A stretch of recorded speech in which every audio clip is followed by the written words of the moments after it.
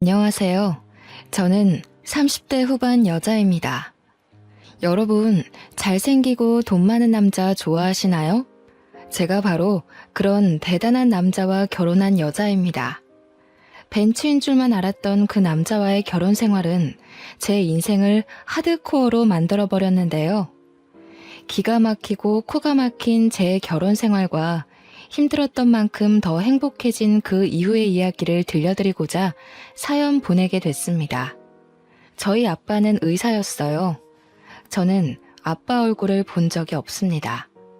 제가 태어나자마자 교통사고로 돌아가셨거든요. 아빠가 돌아가셨을 때 저희 엄마 나이가 고작 22살이었다고 해요. 본인도 어린 나이에 엄마는 어린 저를 업고 다니며 안 해본 일이 없었죠. 제가 조금 크고 나서는 외할머니가 저를 돌봐주셨어요. 외할머니는 다리가 좀 불편하셨어요. 손녀딸 밥을 해주려고 떠리로 나온 생선을 들고 절뚝거리며 걸어오시던 할머니. 밤에 재래실 화장실에 혼자 가기 싫다고 하면서 볼일 다 볼 때까지 밖에서 기다려달라는 손녀의 말을 늘 들어주던 할머니. 그런 할머니에게 보냈어요. 할머니 등에 업히면 그렇게 포근하고 따뜻할 수가 없었거든요. 지금 생각해보면 정말 미안한 일 투성이에요. 초등학교에 들어가고 나서 엄마는 더 바빠졌어요. 식당에서 일하느라 아침부터 밤까지 눈코 뜰 새 없이 바빴어요. 집에는 늘 할머니만 있었고 학부모 참관 수업에도 엄마 대신 할머니가 왔죠. 지영이네 엄마는 왜 저렇게 늙었냐고 친구들이 수군대던 날, 저는 할머니에게 다신 학교에 찾아오지 말라고 소리를 질렀습니다. 제가 초등학교 4학년 때였어요. 그날 저녁 저는 화장실에 가다가 밤에 돌아온 엄마와 할머니가 부엌에서 나누는 얘기를 들었습니다. 다리도 안 좋으면서 뭐하러 자꾸 시장에 가세요. 먹을 거는 제가 식당에서 다 가져오잖아요. 이거 보세요. 넘어져가지고 바지 다 찢어졌잖아요. 걷어보세요. 약 바르게. 앞으로 지영이 업어주지도 마세요. 괜히 애까지 다치게 하지 마시고. 혼자 화장실에 앉아있다는 게 무섭다는 것도 있고 오줌을 누면서 훌쩍훌쩍 울었던 기억이 납니다. 그날 저는 몰래 손전등을 켜고 잠든 할머니의 바지를 걷어 할머니의 깨진 무릎을 한참 들여다봤어요. 그러면서도 할머니한테는 학교에 찾아오면 절대 안 된다고 우겼죠. 몇 달 뒤에 할머니는 얼음판에서 미끄러져 골반뼈가 부러졌어요. 뼈가 붙지 않아 몇 달 동안 고생하시더니 결국 다음 해에 돌아가시고 말았습니다. 할머니가 돌아가시기 전 TV 프로그램에 나온 가족들이 둘러앉아서 배를 맛있게 깎아먹고 있었는데 할머니가 그걸 유심히 쳐다보시더라고요. 할머니, 저거 먹고 싶어? 할머니가 고개를 끄덕였어요. 저는 제 수중에 있던 몇백 원을 들고 시장으로 뛰어갔어요. 그런데 아무리 돌아다녀도 배를 찾을 수가 없었어요. 2월이었으니 배가 있을 리가 없었죠. 결국 저는 빈손을 호호 불며 집으로 돌아갔어요. 할머니는 추워서 제 곱은 손을 가져다 자기가 깔고 있는 요 안에 넣어주셨습니다. 할머니는 결국 배를 못 드시고 돌아가셨어요. 그 뒤로 저는 배를 잘 못 먹게 됐어요. 배만 보면 가슴이 아프더라고요. 나이가 조금씩 들수록 할머니 생각이 조금씩 더 났습니다. 제가 고등학교 1학년 되던 해에 저희가 새들어 살던 옆집에 할머니랑 손자가 들어와 살게 됐습니다. 옆집 할머니는 혼자서 손자를 키우고 계셨어요. 엄마 말로는 그 할머니 아들, 그러니까 그 집 남자애네 아빠도 의사였다고 했어요. 옆집 할머니 손자는 9살이었는데 말수도 적고 낯을 많이 가렸어요. 할머니네랑 저희는 금방 가까워졌어요. 귀가 어두운 할머니 대신 제가 전화를 받아드리곤 했죠. 엄마는 식당에서 음식을 가져올 때 옆집 모까지 가져오시게 됐죠. 할머니가 어린 손자 키우느라 혼자 애쓰는 게 안쓰럽다면서요. 할머니는 폐지를 주워 번 돈으로 손자를 어렵게 키우고 계셨어요. 저도 시간이 날 때마다 할머니 손을 덜어드리려고 그 집 청소나 빨래도 해드렸어요. 제가 학교 다녀오면 저녁 지어서 가져다 주고 옆집 손자랑 저랑 나란히 앉아서 숙제를 할 때가 많았죠. 그 애가 숙제를 잘하고 있나 들여다보면 애가 되게 똑똑하다는 걸 알 수 있었어요. 특히 초등학교 2학년 산수는 걔한테는 너무 쉬워 보였어요. 저는 근처 한 책방에서 윗학년 참고서를 싸게 사다가 걔한테 가르쳐 봤습니다. 뭐든 금방금방 이해하는 아이더군요. 그렇게 그 아이와 자주 지내다 보니 할머니가 돌아가신 이후 처음으로 혼자가 아니라는 느낌을 받았던 것 같아요. 누군가에게 마음을 준다는 것, 챙겨줄 대상이 있다는 건 생각보다 훨씬 더 좋은 일이었습니다. 저희 엄마도 늘 그러셨거든요. 너보다 힘든 사람들에게 친절하게 대하고 따뜻한 마음을 가져야 한다고요. 그러면 좋은 일이 생길 거라고요.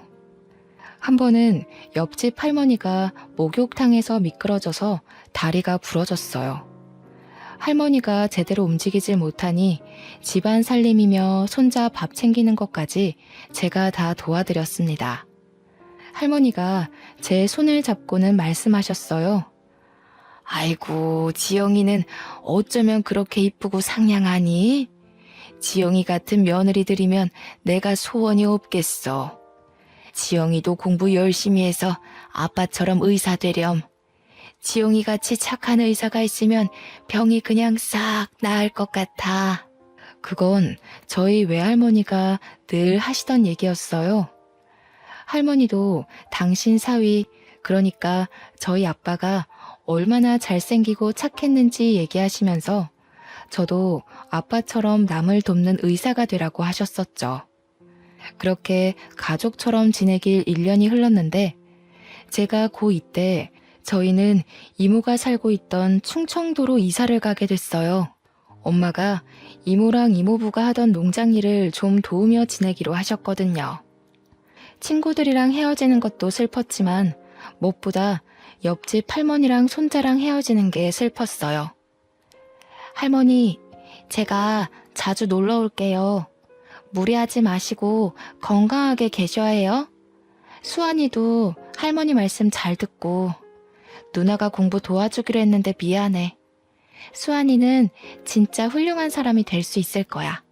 알았지? 제 말을 듣고 있던 그 애는 얼굴이 잔뜩 굳어져서 혼자 구석에 가만히 서 있더니 그만 대문 밖으로 뛰어나가 버렸어요. 그 뒤로는 다시는 할머니도 그 애도 만나지 못했습니다. 새 학교에서 적응하느라 바빴고 곧 고3이 되어서 정신이 없었거든요. 옆집 할머니랑 손자가 잘 지내는지 종종 생각이 났지만 얼마 뒤에 전화번호가 바뀌어 연락할 수 없게 됐어요. 나중에 찾아가 봤지만 이사 간 뒤였습니다. 그렇게 시간이 흘러 저는 대학에 가게 됐어요. 두 할머니는 제가 의사가 되길 바라셨지만 저는 사실 그렇게까지는 성적이 좋지는 못했어요. 의대는 못 갔지만 그래도 꽤 좋은 4년제 대학에 간호대를 갔어요. 열심히 공부해서 그 학교 대학병원에 취직도 했습니다.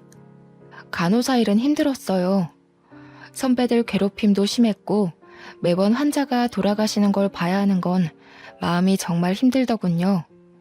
그래도 아빠 생각도 나고 저는 남들 돌보는 일에 보람을 느끼며 일하고 있었습니다. 그리고 거기서 알게 된 남자가 저에게 구애를 하기 시작했습니다. 30대 중반의 성형외과 전문의였는데 시원시원한 이목구비에 키도 크고 비싼 스포츠카를 몰고 다니는 남자였죠. 한마디로 번지르르한 남자였습니다. 집이 엄청 잘 산다는 소문이 자자했어요. 병원에서 얼굴 좀 반반하다 하는 간호사들은 다들 그 사람 관심을 끌어보려 애쓰고 있었어요. 근데 저 진짜 궁금한 게 있는데 저 같은 애가 어디가 좋아서 이렇게 잘해주시는 거예요? 성훈 씨 주변엔 저보다 집안도 좋고 예쁜 여자들 많잖아요. 글쎄요. 저는 비슷비슷한 여자들은 질려서 말이에요. 그러니까 그게 그렇다기보다는 그 뭐랄까 예쁘고 그런 거는 다 소용없는 것 같아요. 지영 씨 같이 착한 여자가 최고죠. 사귄 지 6개월쯤 지났을 때 그 남자가 갑작스레 청혼을 하더군요.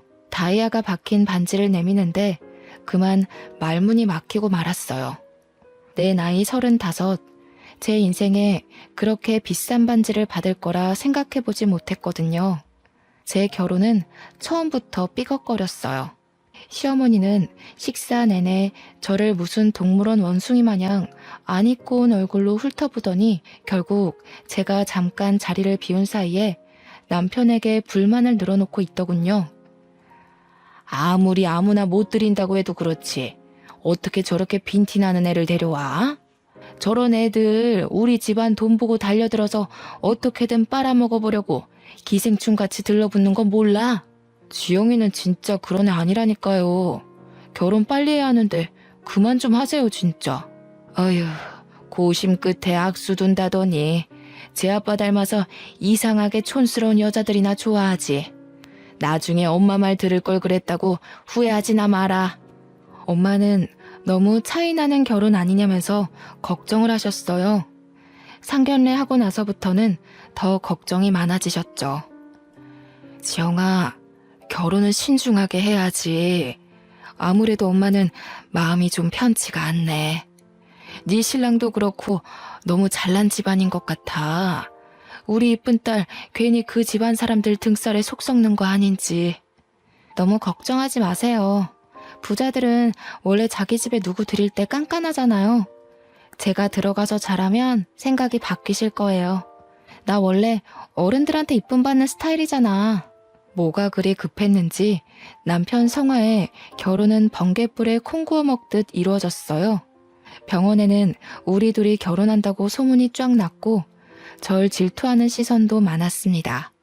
전 아빠가 없이 자랐기 때문에 어릴 적부터 어서 빨리 저만의 따뜻한 가정을 꾸리고 싶다는 생각이 컸죠.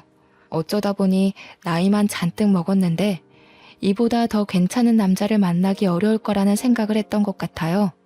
괜찮을 거라고 엄마를 다독이면서 제 마음도 다독였던 것 같습니다. 하지만 그 집안 사람들이 좀 이상하다는 걸 알기까지는 오래 걸리지 않았어요. 부잣집 여자들은 자기들끼리 사교 모임을 하더군요. 시어머니는 거기에 저를 꼭 데려가야겠다고 하시는 거예요. 저는 그게 그래도 저를 가족으로 받아주려고 그러는 거라고 생각했어요. 그런데 그 반대였더군요. 시어머니는 저를 사람들한테 선보이고 품평하게 하려고 데려간 거였습니다. 처음 모임에 간 날 화장실에서 만난 시누이가 자기 친구 앞에서 제 차림을 보면서 비웃을 때부터 알아봤어야 했죠. 어머 언니, 그건 어디 옷이에요? 설마 시장에서 산 거 아니죠? 무슨 소리예요 아가씨, 이거 백화점에서 산 거예요. 백화점? 아, 서민들은 백화점 할인대를 그렇게 좋아한다던데. 그거 다 팔다 남은 거 파는 거잖아요. 설마 그런 데서 산 거예요?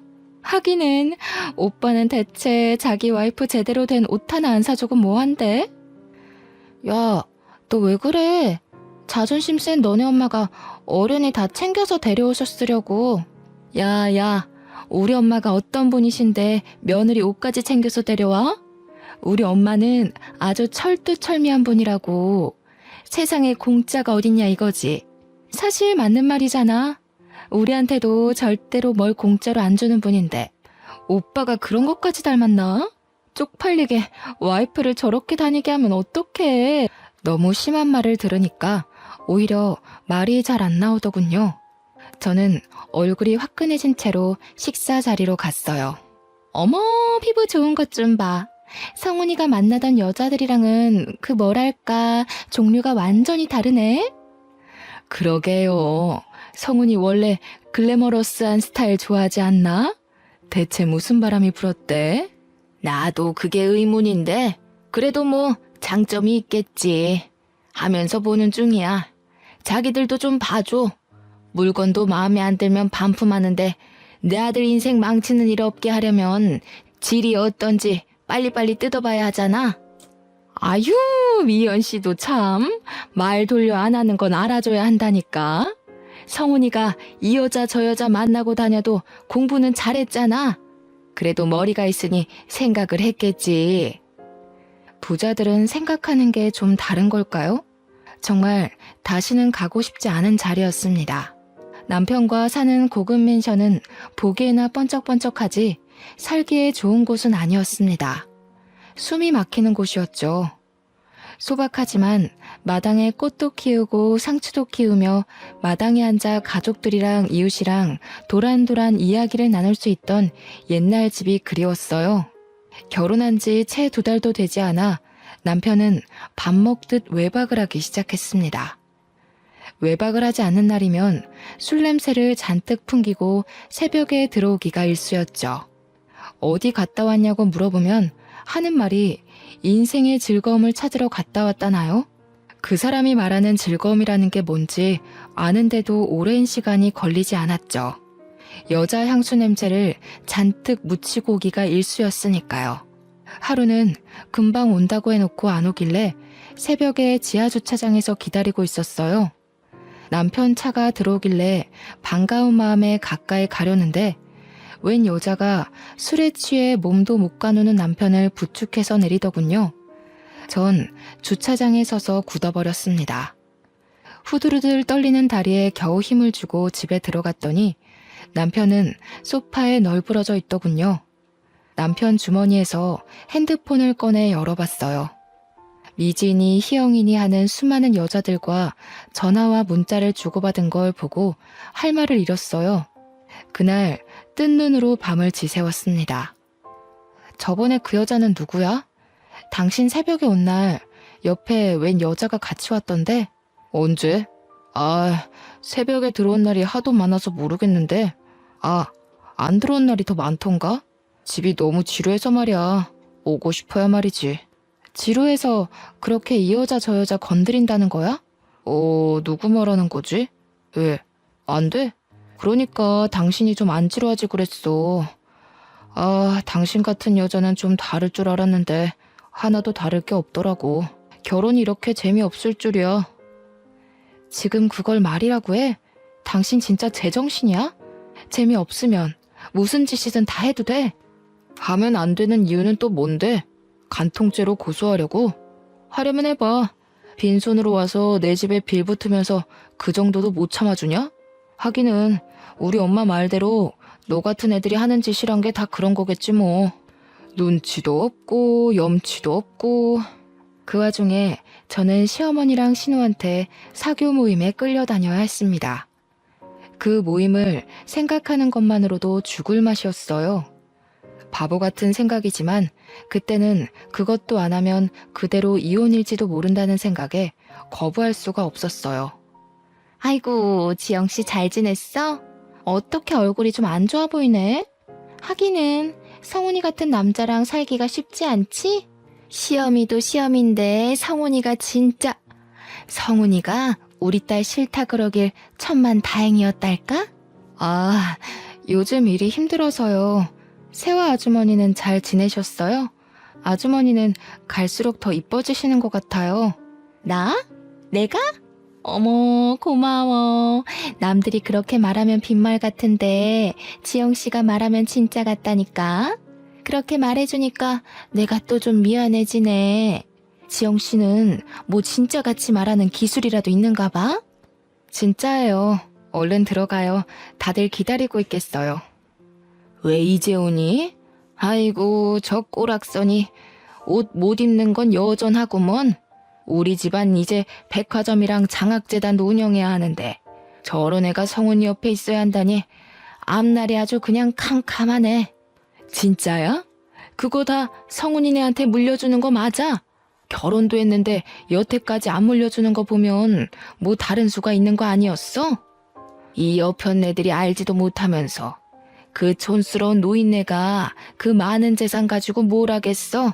그냥 욕심나서 안 주고 있는 거지. 어차피 얼마 살지도 못할 거 왜 그렇게 끌어안고 있는지, 물려줄 데도 없으면서. 이승에 무슨 미련이 남아서 그날까지 펄펄 살아있는지 원. 펄펄 살아있는 건 아니지. 그때 입원하느라 성훈이 결혼식에도 참석 못하셨잖아. 그나저나 그 노인네 요새는 어디서 지내시나? 울 시엄마도 슬슬 양로원으로 보내야 할 텐데. 그 외에 고려호텔 양로원이 괜찮다던데. 그 할망구는 그런데 안 가. 그런데라도 좀 박혀 있었으면 좋겠는데 어찌나 촌스러운지. 그런 데는 답답해서 못 있는다나? 맨날 집에 돌아갔다가 탈나서 병원에 입원하잖아. 아유, 진짜 누가 성훈이 할머니인 줄 알까봐 겁난다니까. 아, 그 할머니 고집만큼 목숨줄 질긴 거는 우리가 다 알지. 자기가 고생이 많아. 얼른 물려줘야 성훈이가 병원도 차리고 할 텐데.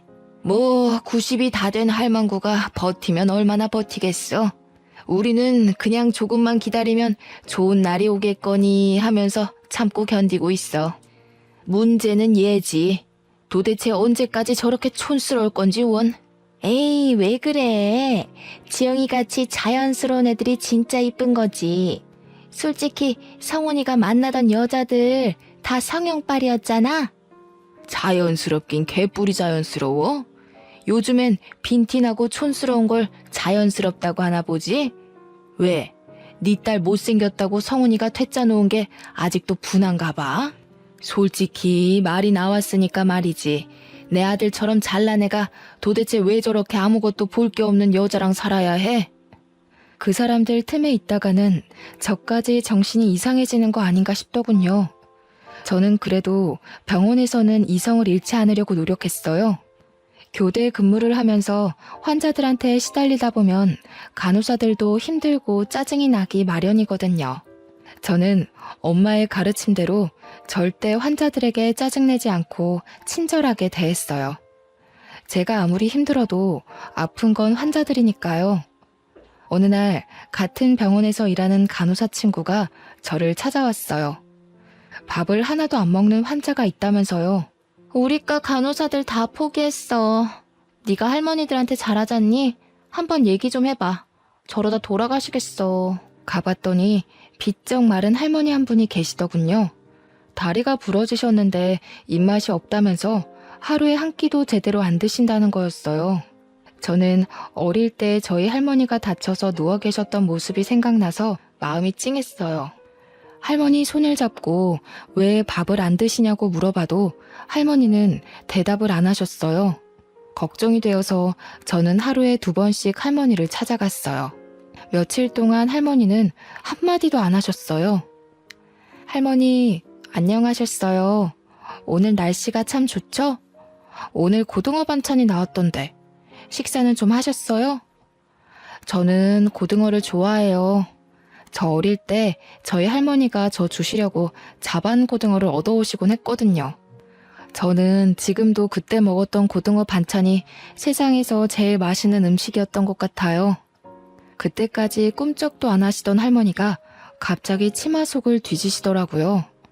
할머니는 치마 속에 숨겨놨던 박하사탕 하나를 꺼내더니 제게 주셨어요. 이거 저 주시는 거냐고 했더니 말없이 고개만 끄덕이셨어요. 저는 그 사탕을 소중히 품고 집에 돌아갔습니다. 다음 날 할머니에게 또 찾아갔어요. 사탕 맛있게 잘 먹었어요, 할머니. 어쩐지 답답한 이 좀 시원해지는 것 같지 뭐예요? 할머니가 주신 사탕에 무슨 마법이라도 들어있었나? 저한테 맛있는 거 주셨는데 할머니한테도 맛있는 거 드리고 싶어요. 뭐 드시고 싶은 거 없으세요? 할머니는 여전히 말이 없으셨어요. 저희 할머니는 아파서 누워 계실 때 배가 드시고 싶다고 그러셨어요. 그런데 그때 겨울이라 배를 못 구했거든요. 참, 그때는 제가 너무 어렸죠. 잘해드린 것 하나 없는데 너무 일찍 돌아가셨어요. 그때 할머니가 처음으로 말씀하셨어요. 막걸리. 어? 막걸리요? 아, 술은 좀 그런데. 할머니, 막걸리 말고 다른 거 드시고 싶은 건 없으세요? 막걸리. 아이고, 알겠어요, 알겠어. 막걸리 가져다 드릴게요. 환자한테 술이라니 안 될 말이었지만 어차피 아무것도 안 드셔서 잘못되시느니 드시고 싶은 거라도 드시게 하는 게 나을 것 같았죠. 다음날 몰래 할머니한테 가서 막걸리를 종이컵에 따라 드리려는데 처음 보는 의사가 나타났습니다. 지금 뭐 하시는 거예요? 왜 환자한테 술을 줍니까? 아, 그게 저기 그러니까 죄송합니다. 전 그냥 할머니가 너무 드시고 싶다시길래 할머니, 막걸리는 안 된다고 했잖아요. 병원에서 술 드시면 안 되는 거 모르세요? 아, 다른 걸 드시라니까 진짜. 안 먹어. 안 먹는다니까. 막걸리 줘. 저렇게 드시고 싶다는데 딱 한 잔만 드리면 안 될까요? 안 되는 건 아는데 이거 드시면 입맛이 도실지도 모르잖아요. 식사 안 하시는 게 너무 신경이 쓰여서 그래요. 제발요. 아, 진짜 안 되는데. 결국 저는 할머니에게 막걸리를 드렸어요. 정말 다행인 건 그날 할머니가 저녁 식사를 하셨다는 거였습니다. 저를 말리던 의사는 새파랗게 어린 인턴 의사였어요. 그 인턴도 할머니가 걱정이 돼서 자주 가보는 모양이더라고요. 남편의 바람기는 계속됐어요. 급기야 집에 여자들을 끌어들이기까지 했습니다. 정말이지 기가 막히고 코가 막혔습니다. 내가 아무리 무시를 당하고 살아도 그렇지 이렇게 대놓고 여자를 끌어들이다뇨. 저는 또 뜬 눈으로 밤을 지새워야 했어요. 아무리 이혼이 무서워도 더는 이렇게 숨막히게 살고 싶지 않았습니다. 저는 다음날 병원에서 좀 떨어진 부동산에 찾아가 원룸을 하나 얻었어요. 당장 입을 것만 챙겨서 원룸에 들어갔습니다. 원룸에 누워 천정을 보고 있자니 제 신세가 처량해서 헛웃음이 나올 지경이더군요. 그냥 내 둥지를 만들고 싶었던 것뿐인데 어쩌다 이렇게 됐지? 앞으로 어떻게 해야 하지? 그때 퍼뜩 그런 생각이 들었습니다. 제가 그런 남자랑 살고 있는 걸 할머니가 아시면 얼마나 슬퍼하실까 하는 생각 말이에요. 다음날 아침 저는 집에 들어가 술에 취해 자고 있는 남편을 깨워 이혼하자고 말했어요. 결혼한 지 고작 6개월이 넘었을 뿐이었죠. 너무 빨리 이혼하면 위자료를 못 받을 수 있다는 말도 있었지만 그런 게 중요한 게 아니란 생각이 들었어요. 그런데 남편이 싫다는 거였습니다. 이유가 가관이었습니다. 아, 좀 기다려봐. 뭐 이렇게 급해? 이혼하면 그 할망구가 재산 안 물려줄지도 모른단 말이야. 결혼하면 금방 줄 줄 알았는데 콩고물이라도 받으려면 더 참고 견뎌야지. 안 그래? 세상에 공짜가 어딨어? 그날 저녁 근무가 끝나고 원룸에 들어가 사탕할머니가 주신 박하사탕을 들고 바깥으로 나갔어요. 가슴이 답답해서 바람이라도 쐬려고요. 거기서 사탕할머니 때문에 알게 된 인턴이를 만났습니다. 알고 보니 옆집에 그 인턴이가 살고 있었더라고요. 그 사람은 아무것도 묻지 않고 제 옆에서 별을 보고 있었습니다. 제가 결혼한 걸 알 텐데 왜 혼자 원룸에 사는 건지 물어보지 않는 게 참 고마웠어요. 이혼 자체보다 병원 사람들이 수군대고 남편이랑 어떻게 된 거냐고 물어볼 게 너무나 두려웠습니다. 다행히 사탕할머니는 밥을 그 뒤로 곧잘 드셨어요.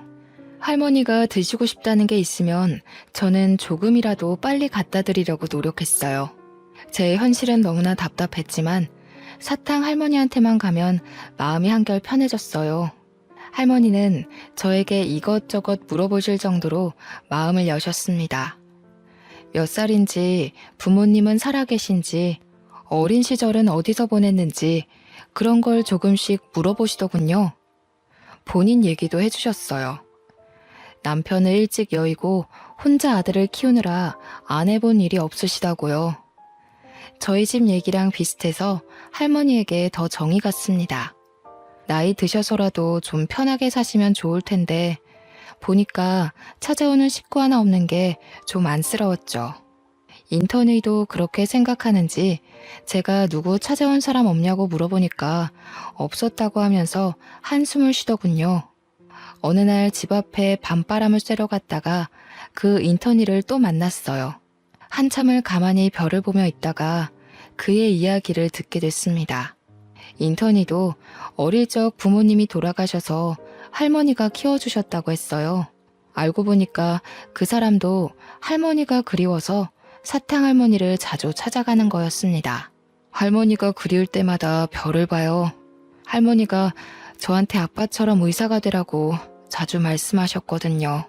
그런데 의대 합격하기 전에 돌아가셨어요.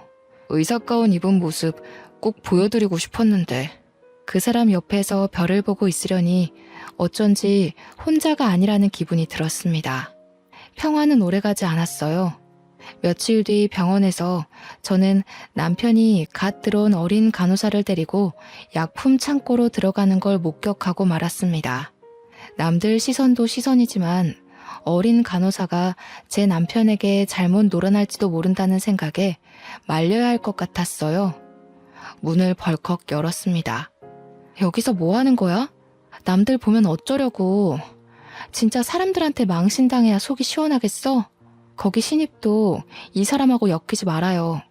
입사하자마자 사람들 입방아에 오르내리고 싶어요? 어허, 이거 집 나간 여자가 왜 말이 많아? 난 어차피 여기 나가서 병원 개원할 거라 상관없는데? 집에서 바가지를 못 긁으니까 밖에서라도 괴롭히는 거냐? 그렇게는 안 되지. 너 따위가 뭐라고 나를 방해해? 봤죠? 이 인간 쓰레기인 거. 좋은 말로 할 때 얼른 나와요. 거참 말 더럽게 많네. 너는 그냥 입 다물고 내 대외용 와이프 노릇이나 하면 돼. 재미없어도 내가 데리고 살아준다잖아. 앞으로 백화점도 생기고 재단도 생길 텐데 뭔 불만이 그리 많아? 그냥 입만 다물고 있으면 된다니까. 저는 결국 약품 창고 문을 닫고 나왔습니다. 괜찮은 줄 알았는데 결국 눈물이 흐르더군요. 눈물을 훔치며 화장실 쪽으로 가는데 옆집 인턴이와 딱 마주쳤습니다. 왜 우냐고 얼굴에 물음표를 잔뜩 띄우고 물어보는데 전 별일 아니라면서 화장실 쪽으로 도망쳤어요. 그런데 그 사람이 남편이 들어가 있는 약품 창고 문을 벌컥 여는 게 아니겠어요? 아, 세준 씨, 거긴 안 돼요. 그냥 가던 길 가시라니까. 창피한 마음에 말려봤지만 그는 이미 모든 걸 목격한 후였죠. 그날 시어머니로부터 다음 모임에 참여하라는 호출이 왔습니다. 저는 시어머니를 만나 단판을 지으려고 일단 찾아갔어요. 남편이 지금까지 심하게 바람을 피웠고 지금 별거 중이며 병원에서까지 여자들을 건드리고 다닌다는 걸 알리며 이혼하겠다고 말했습니다. 그런데 이 집안 사람들은 저를 실망시키는 법이 없더군요. 시어머니는 뭐 그런 걸 가지고 소란을 피우냐는 얼굴이었습니다. 그게 다야? 뭐 별것도 아니구먼. 우리 아들같이 다 가진 남자랑 살면서 그 정도도 없을 줄 알았어? 우리가 물려받을 재산이 얼만데 세상에 공짜가 어디 있니? 성훈이가 너랑 이혼한다고 안 하는 것만 해도 다행인 줄 알아. 그래요, 언니. 언니가 지금 이혼하면 언감생심 우리 오빠 같은 남자 만날 수 있을 것 같아? 아니, 나이가 그렇게 많은데 결혼이나 할 수 있을까 모르겠네. 솔직히 나이가 문제가 아니긴 하지. 스타일이 그렇게 촌스러워서야 남자들이 거들떠나 보겠어요? 이혼이야 소송하면 되지만 솔직히 전 그 모든 걸 감당할 자신이 아직도 없었어요.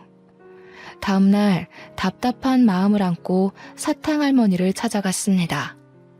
그동안 사탕할머니는 뼈가 무사히 붙어 내일이면 퇴원을 하게 되었어요. 할머니가 무사히 나와서 정말 다행이에요. 그러니까 밥 잘 드셔야 한다고 했죠? 그래도 살도 좀 붙으시고 한결 좋아지셨어요. 할머니 퇴원 기념으로 제가 소원 하나 들어드리고 싶은데 혹시 바라는 거 있으세요? 네 남편이 이 병원 의사 조성훈이야?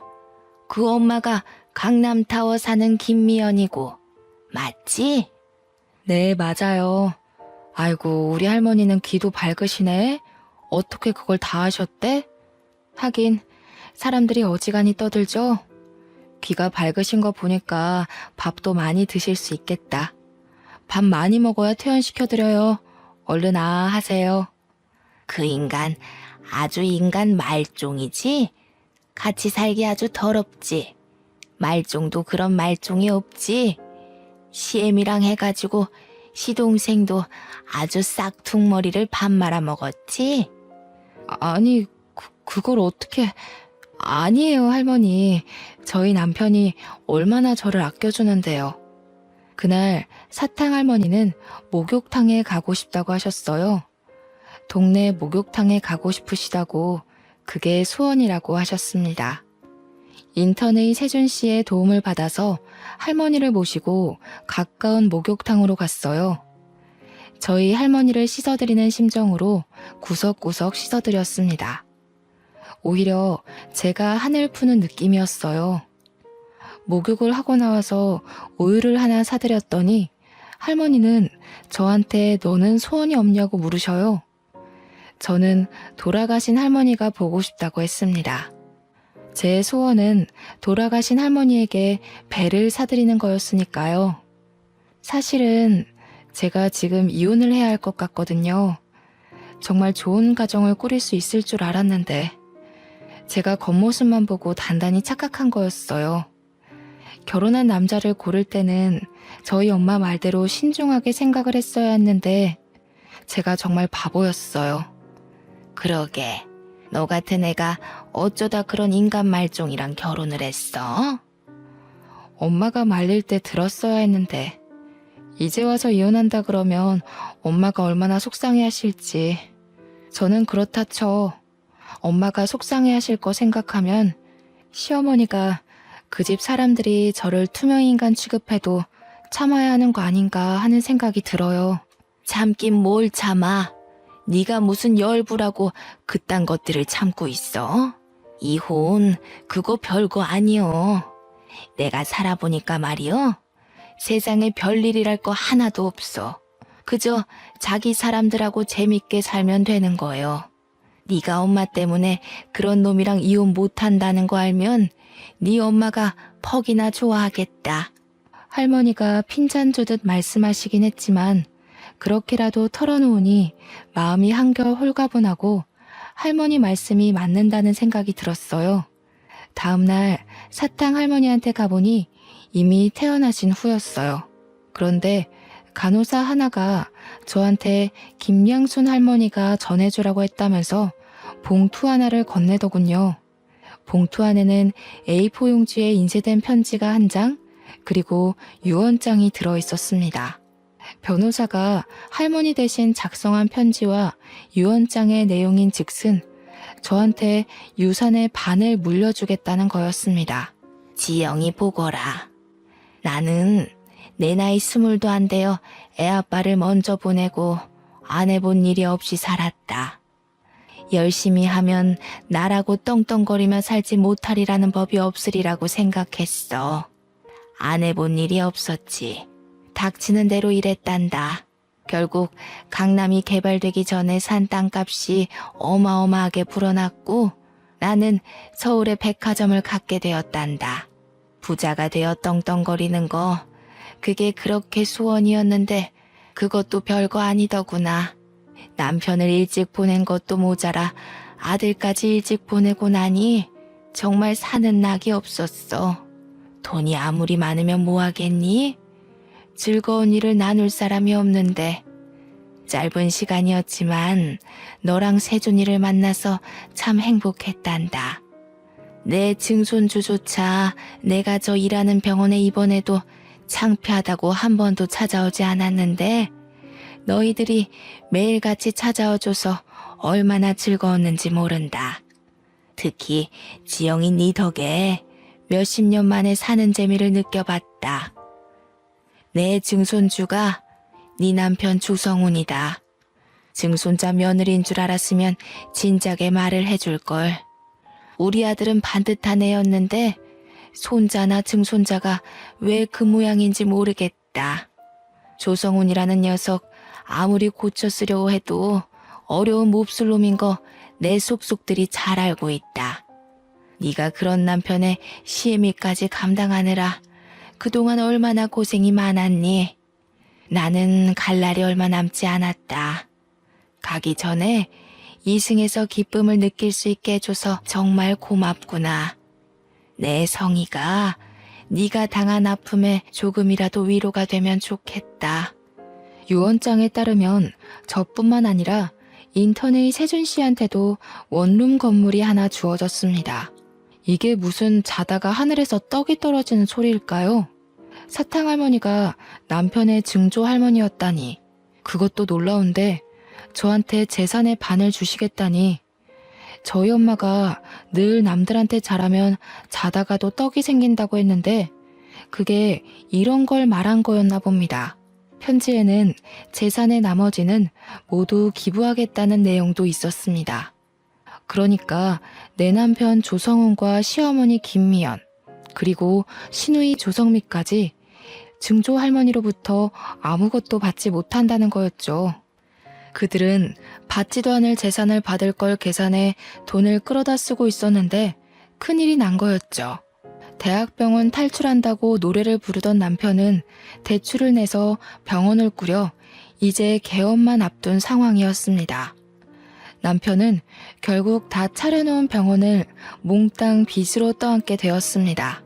돈도 돈이지만 의사 면허를 잃었거든요. 남편이 약품 창고에 들락거리는 걸 이상하게 생각한 인턴의 세준 씨가 남편이 마취약품을 몰래 빼돌린다는 사실을 알게 됐고 조사 끝에 남편이 그 약품들을 각성제 등의 용도로 엄청나게 복용하고 있다는 것이 밝혀졌습니다. 어쩐지 그 인간 하는 짓이 정상은 아니긴 했죠. 저는 세준 씨에게 감사 인사라도 해야 할 것 같아서 음료수를 들고 세준 씨 집 앞으로 갔어요. 초인종을 누를까 하다가 그냥 음료수만 두고 오려는데 문이 열리고 세준 씨가 나왔습니다. 고마웠다고 인사라도 하려고 왔어요. 이제 자주 못 뵐 것 같아서. 절 위해서 하신 일은 아니겠지만 덕분에 남편한테서 벗어날 수 있게 된 것 같아요. 세준 씨도 부모님 없이 어렵게 큰 것 같던데. 할머니가 세준 씨 것도 남겨주셔서 다행이에요. 저한테 다 주시긴 했지만. 받을만 하니까 주셨죠. 지영 씨는 받을 자격 있어요. 제가 그걸 다 어디다 쓴다고 저한테 그렇게 큰 돈을 물려주셨는지. 아무튼 다음 주에 할머니 뵈러 갈 건데 괜찮으시면 저랑 같이 가요.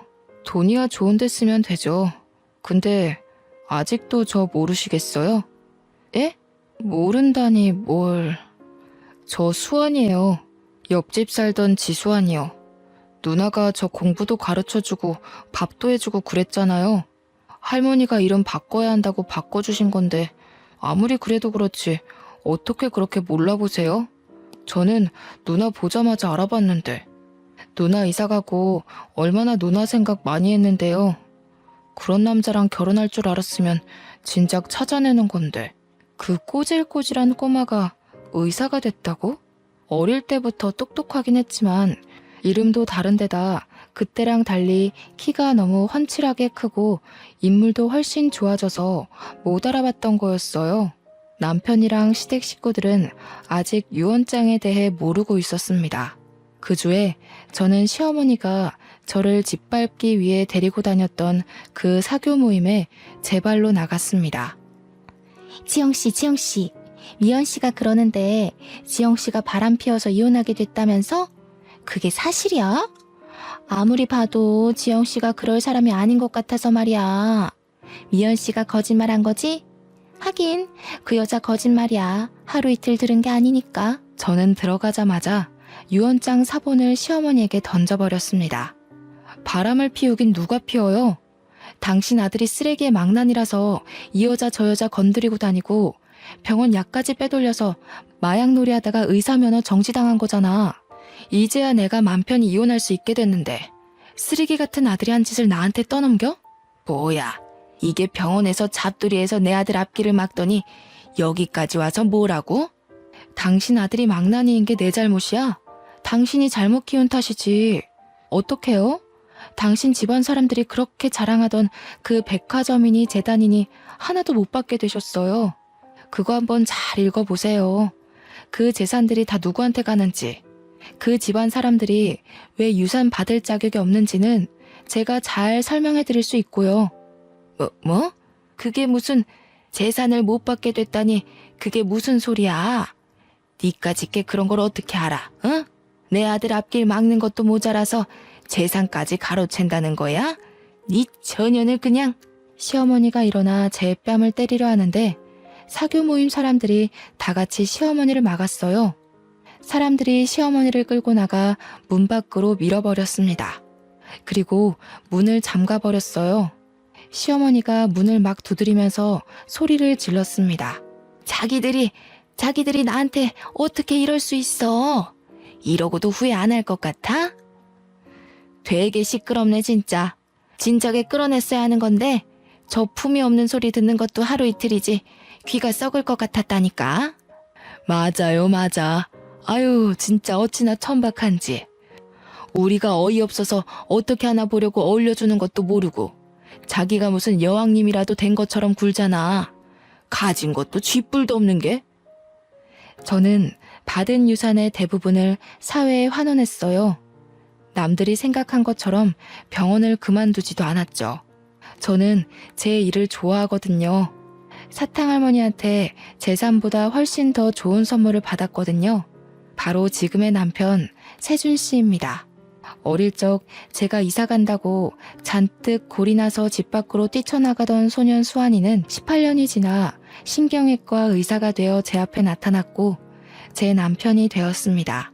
제가 어린 남자랑 결혼한다는 소문이 돌자 남편은 집 앞에 와서 문을 두드리며 자기가 잘못했다고 한 번만 봐달라고 빌다가 경찰에게 잡혀갔어요. 저희 부부는 마당이 있는 집을 사서 저희 엄마와 사탕할머니를 모시고 와서 함께 살았습니다. 딸도 하나 낳았고 저희가 그렇게 그리워하던 사람 사는 재미를 실컷 느끼면서 살고 있습니다. 사탕할머니가 몇 년 후 돌아가셨지만 돌아가시기 전까지 저희와 즐거운 추억을 많이 쌓으셨어요. 제 이야기는 여기까지입니다.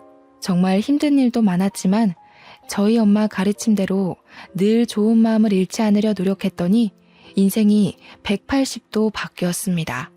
제 이야기를 들어주신 여러분들께도 쨍하고 볕들듯이 좋은 일들이 생기길 바랄게요.